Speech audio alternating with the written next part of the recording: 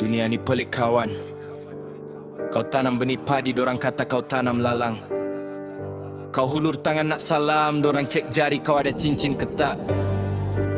Hati-hati bercerita, sebab dinding ada telinga, telinga ada mulut, dan mulut selalunya ada bisa. Duduk semeja, konon nak luar rasa, depan mata angguk, janji simpan rahsia. Kita hulur hati, ingat dia membersejati, rupa-rupanya gunting tikam dalam lipatan hati. Aku cerita pasal pasal benda lurus.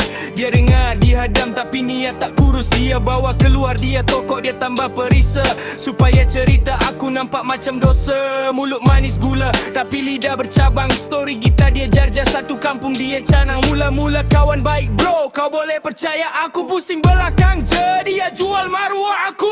Fakta dah lari, motif dah tak sama. Dari dokumentari terus jadi drama. Skrip dia ubah, dia jadi pengarah. Bila aku tegur, dia pula yang nak marah.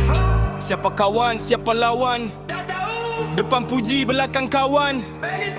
Benda putih jadi hitam, benda suci jadi kelam. Hati-hati bila menyelam air yang dalam. Tak perlu banyak cerita kau orang lain, simpan dalam poket, jangan main-main. Kadang kita cerita pasal lembu suci murni, sampai ke orang lain dah tukar jadi babi. Asal cerita lembu sampai jadi babi, jangan percaya muka, jaga-jaga diri. Asal cerita lembu sampai jadi babi, fitnah hujung jari makan diri sendiri.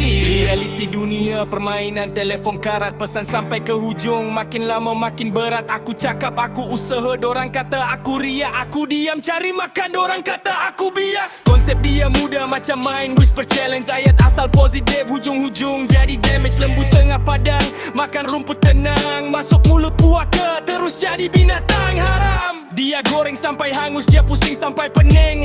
Air yang keruh dia takkan bagi hening. Jadi kunci mulut tu zip rapat-rapat, sebab kawan makan kawan, tolong rasa tempat. Berita palsu laju macam kilat menyambar, kebenaran merangkak, tak ada siapa nak dengar. Viral benda salah itu yang dorang suka, aib orang dijajah itu menu pembuka.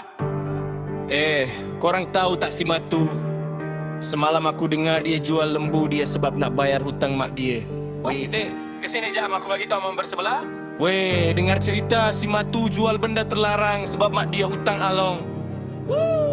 Woi, si Matu bela babi weh, dia sesat, jangan kawan dia. Dengar tu, macam tu cara dorang main. Dari niat suci jadi kotor macam kain. Tadi pasal hutang, sekarang pasal ajaran. Mulut tak ada insurans, perlukan pengajaran. Sebab tu sekarang meja aku makin kecil, kerusi makin sikit, member makin kerdil. Bukan aku sombong, bukan aku lupa diri, tapi aku tapi siapa layak ada di sisi. Biarlah dorang kata aku keras sumbang, asalkan hidup aku tak lagi bimbang. Tak payah validasi dari mulut penipu yang ubah fakta lembu jadi cerita palsu. Simpan rahsia kau, tanam dalam tanah, jangan bagi peluang untuk timbul fitnah. Biar dorang tanya, biar dorang teka, senyum sini saja, biar dorang yang lokal. Tak perlu banyak cerita kau orang lain, simpan dalam poket, jangan main-main. Kadang kita cerita pasal lembu suci murni, sampai ke orang lain dah tukar jadi babi. Asal cerita lembu sampai jadi babi, jangan percaya muka, jaga-jaga diri. Asal cerita lembu sampai jadi babi, fitnah hujung cari makan diri sendiri. Lembu tetap lembu, babi tetap babi, jangan campur aduk, jaga jat bikain sendiri. Kunci mulut, zip.